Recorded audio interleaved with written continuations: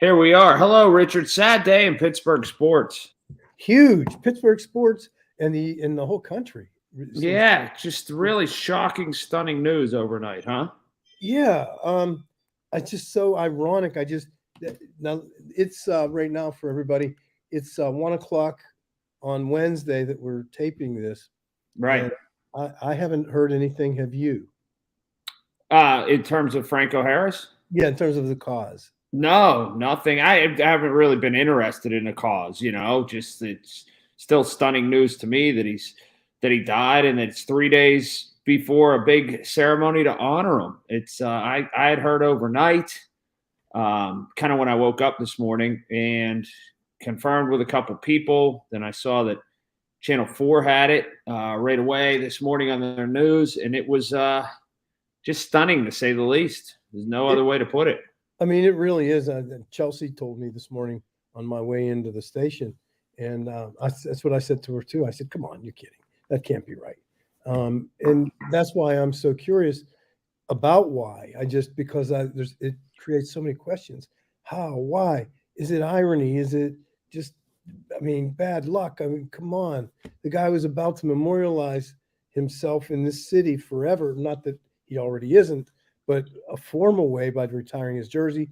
When was the last time a Pittsburgh Steelers jersey was retired? Yeah, Joe Green, the 75, Ernie Stoughton are the only two.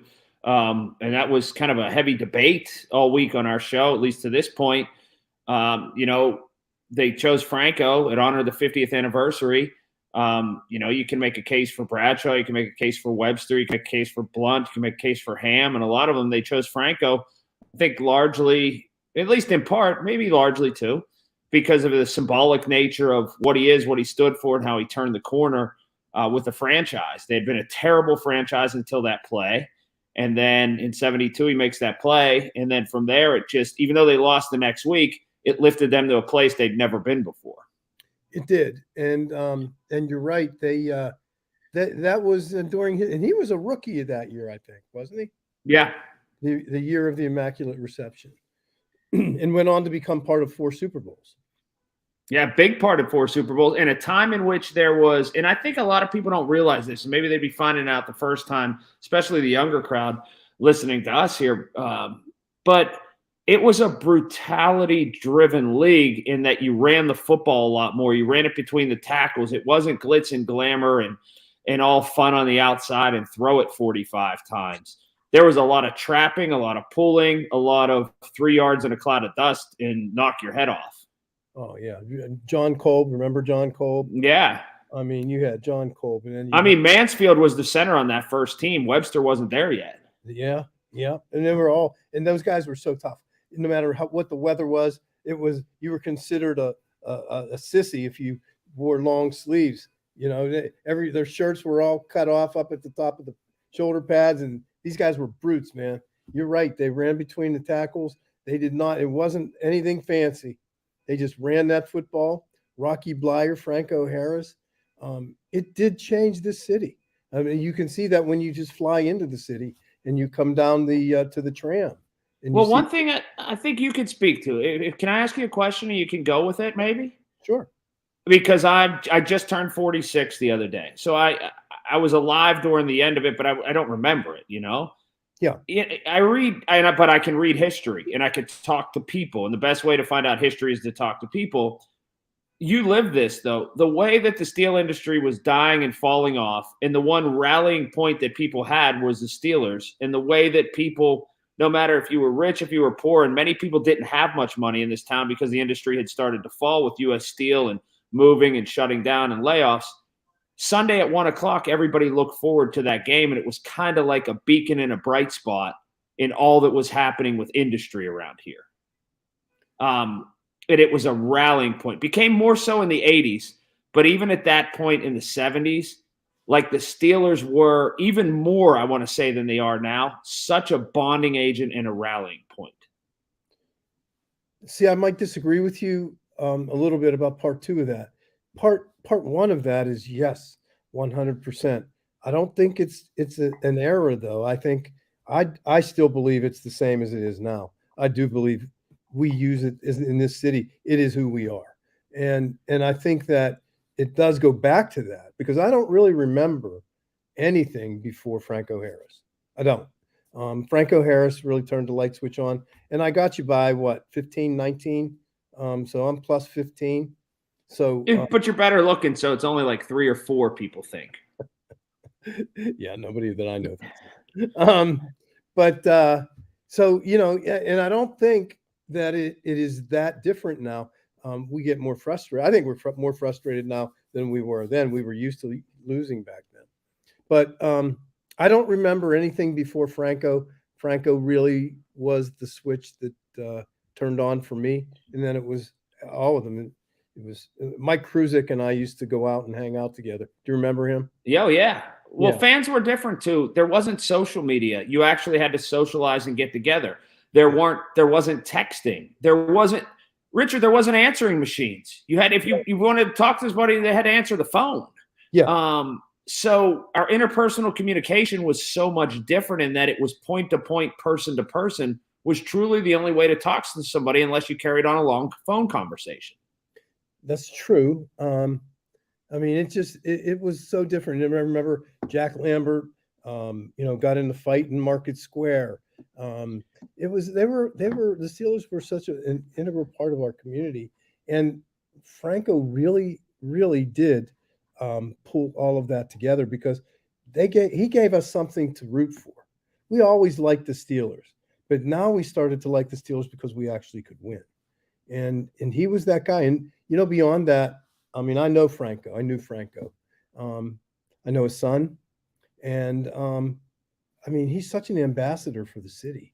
He was such a great man. He stayed here, right? He could have left. He didn't.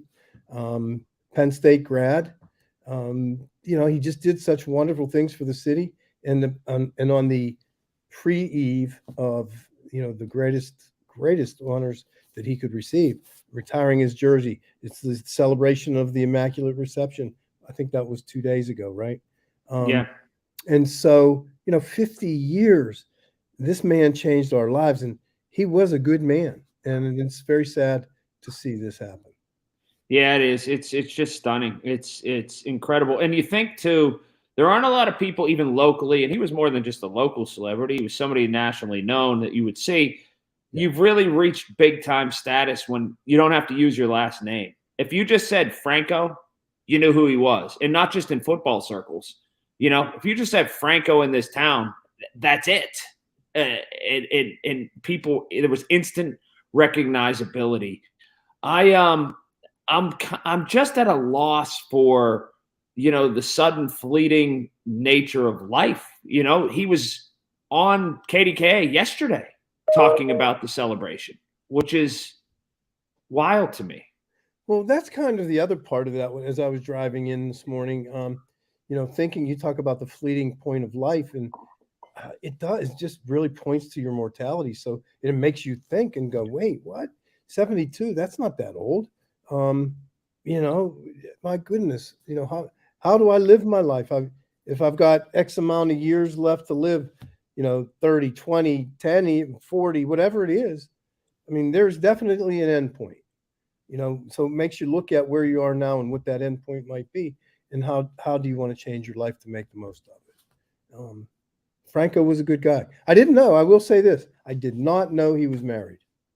Yeah. Did not know. Did you know? I did. Yeah, I did not. Because he's never in the he's always low profile here. Yeah, you know, he'd been to a million events and done a bunch of things, but he almost felt more comfortable as kind of a wallflower kind of guy, just part of the event and not the event. Yep, 100%. So, yeah. Well, you know, I want to take my hat off, tip my hat to Franco Harris and your family. Like every Pittsburgh person, like every person across the country, we love you. We will always love you and always appreciate your contribution to our lives and our city. And then I'll leave it at that. I don't want to become morbid, and we'll just leave it at that, if that's okay with you. And let's absolutely talk about what we have left with the Pittsburgh Steelers in the last 3 games. 3 games. This is a football team right now where they got to find something out. I have a big fear. Football-wise, Richard. I have a fear we're going to get through the football season. Yeah. And we're not going to find the answers to the things we wanted to find the answers to. Is Kenny Pickett good? I knew I was going to say. I was going to say that. I was going to say that's your question.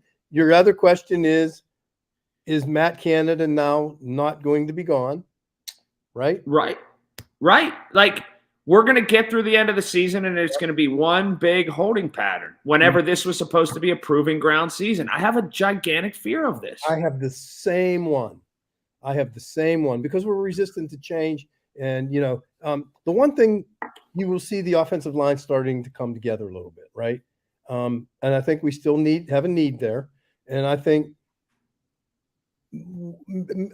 two good offensive linemen to be replaced. I think that could be really good. But I am telling you, Colin, I would absolutely stay focused on that defense, and I would build a Pittsburgh Steelers defense from the 70s. I really would do that. I'd build it with the best linebackers, the fastest, the leanest, the newest, latest, greatest model. The line. I mean, I would revamp all of that, and I would just focus completely on that defense, because if we can only score 20 points a game, that's okay. We'll keep everybody else at 10. Well, the flips, you bring up something really interesting, and not enough people are talking about this because there's been so many different issues to talk about. The offensive coordinator, the quarterback, the injuries, the offensive line, all of it. Maybe they've already done that. They're going out there with TJ Watt being hurt, and they're still holding teams like since the bye to like 10, 15 or 10, 16 points or so a game, right in and around there. They're delivering their offense a challenge and saying, just go out and score 17 points and you'll win. Yep. They're well on their way to becoming that defense first team if they're not there already. I don't think they're very far off from doing that. I agree with that. And I think that's your easiest fix. There's a couple positions there. You got to get TJ healthy. TJ has to be healthy. I don't know, if he is or if he isn't, but man, he's just such an animal. But he's got to be healthy. I got to come though to number 27. I mean, I really have to talk about that. I'm much more bothered than most people are, but you continue. No, I am too. The arrogance. Who are you, kid? Who are you? What do you represent? My age, which I will not disclose, in all of my years, I have never once seen that happen in the NFL. Have you? No. You know how many defensive snaps Marcus Allen has played this year? No. 0. Not one. He just plays special teams. He's the ultimate expendable person. And I didn't know that, because if I knew that, I'm going to be with you, because I know what you're going to say. Bam, gone. You want a message? There's your message. Goodbye, kid. He would have been on a different plane home and not the team plane. 100%. It is one thing to make a mental error like you saw, and when you're trying to make a football play like you saw in the Las Vegas and New England game. You're trying to win a football game, you make a mental error trying to thrust your team to victory. What Marcus Allen did the other day is nothing short of selfish. Look at me. I'm disassociating myself from the team and putting myself above it. And there is no positive outcome. The only outcome is negative. And 100%. When people talk about discipline and disciplinarian and is this team disciplined enough, that's a prime example. And Mike Tomlin had the opportunity to then come down and say, this is wrong. And what he said is, I told him to just keep on trucking, forget about it. That's not good enough. I read that, but did he say that? He absolutely said that. So, see, I mean, Mike, I love you, but man, come on, keep on trucking. No, keep on trucking. That's not who we are. And then let's turn back over to Deontay, because those two guys alone, those two plays alone could have lost that game for us. They should have, if you were playing against a good team. They would have, because we were on the way. And they did that, and they gave the ball back. I'm telling you, those two plays really could have had significant damage to us. And I have a real problem with it. I have a problem with 27. I have a problem with Deontay. And I really don't like the comment, keep on trucking. No. It lends gasoline to the fire that was set by the people who say it's not disciplined enough. It's just more gasoline for their fire. And how do you shout them down then? Well, and again, we're fans. We don't control the business. and we don't control the personnel. But I just really would like to see. I would have liked to seen that more disciplined. I would have really. I did not know he hasn't played any defensive snaps, Not one.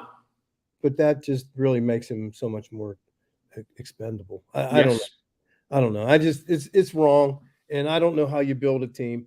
What happens when the next guy does it? I'll tell you the problem. The problem isn't Marcus Allen, even though it is. The problem is the lack of fear of doing that and knowing that there'd be no repercussions.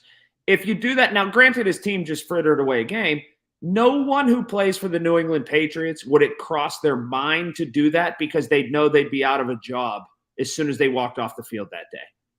I would say I agree with that. I agree with that. I think it's really easy to say that. Have we seen a player ever act like that in New England on the field? In any team, anywhere, any day, I've seen it. I think it's reprehensible. I think my father would call him a punk. If my father was here, he'd call him a punk. My father would probably go try to meet him and visit him. That's what my father would do.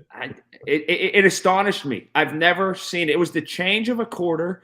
It was the change of the punt team. He had to make an effort. Generally, the punt team stays on their own sideline. He waits until they're summoned by the officials. He had to go by himself, walk across as the commercial's happening, and go all the way across the field and get into somebody else's huddle. It's the ultimate show of individualism. I couldn't believe it. It's not even, it's crazy. It's absolutely crazy. Okay, so we have 3 games left. Yes. The Raiders. Yes. Then who? Baltimore and Cleveland. Baltimore's where? Here? No. Baltimore's away. Cleveland's at home. Okay, that's right. We finished with Cleveland. So Cleveland scares me. Baltimore, I think we beat, and I think we beat the Raiders. So I think we end up 2 more wins, 1 more. There is no way in the world they'll lose the game on Christmas Eve. Like, it's just especially now with these circumstances. Yeah, I agree. Are you going? No, because I'm going away on Monday. So need a little downtime. Wow. Where are you going? Plus, I'm going to the Dominican Republic, Richard. Well, of course, bring back a couple baseball players. Yes. No, but I'm not going to the game, considering also my want and desire for a team that doesn't have a great winning record generally plummets when the mercury gets below 11, which is where it's going to be for this game on Christmas Eve. Yeah. See, and then I go back to this. I think Mitchell Trubisky had a pretty decent game. He had a really good game because he did exactly what was asked of him. He may have had the best game of a Steeler quarterback all year. And that's my point. Had that happened earlier in the season, we wouldn't be looking at Kenny Pickett now. So now we have 3 games. Kenny Pickett's been, I would call him average. I would keep Trubisky in. I really would. I would put Kenny Pickett back to the drawing board, grow, develop, learn, and let's win with Trubisky. That's not happening. I would tinker with continuing to play him, but they won't. They're playing Kenny Pickett. But I don't disagree with you. I understand that. I get it, but I don't agree with it. Because I think Mitch Mitch can throw that ball. He really can. He had a great game. And I heard somebody say his quarterback rating was like 101, and I think it was Charlie. His quarterback rating was 101 or 102, and he didn't throw a touchdown pass. Pretty hard to get that kind of a rating without a touchdown pass, right? If he would have played like that all year, he never would have come out. And I agree with that. And I'm telling you, and I felt it. But what do you think then? You're seeing? Do you believe you're seeing a different? What's his name, Najee? You think you're seeing a different Najee? A lot of people have talked about that over the week. I think we're seeing an offensive line that's finally understanding what it's like to play together, and maybe we're seeing a different offensive line too. So I agree with that, but I see more individual effort of not taking that, not turning his back when he knows he's going to get hit. I see him trying to get yards after he's hit. And I saw two really strong stiff arms. And he's a beast. And when he hits you like that in your face guard, you go away. And the one guy, did you see the one guy in the touchdown, his one touchdown run? He didn't want to tackle him. No, he didn't. He want any parts of him. No. I'll tell you this, though. I see Jaylen Warren run that way a lot of times that people don't want any parts of him. It could be a thunder and lightning kind of punch if you go into a season with those two guys. I like it. I do. I like it because I really like the change in Najee that I see. And I like Jaylen Warren. I like him a lot. Yeah. All right. Well, it is what it is. I think they'll be 2-1. You think they'll be 2-1. I don't think either one of us thinks there's any way they're losing to the Raiders. No chance. No chance at all. But you're going away, so I miss you next week, right? Yes, and then I will be back, and we'll wrap up the last couple weeks of the season and go from there. That'll be fun. We'll have a lot to talk about. Yes, do you need anything while you're gone? Do you need me to do anything for you while you're gone? I'll feed the dogs. I'll do whatever you want. No. I think I'm good. Okay. I'm good. I'm here. Thank you for asking. What a peach. Thank you.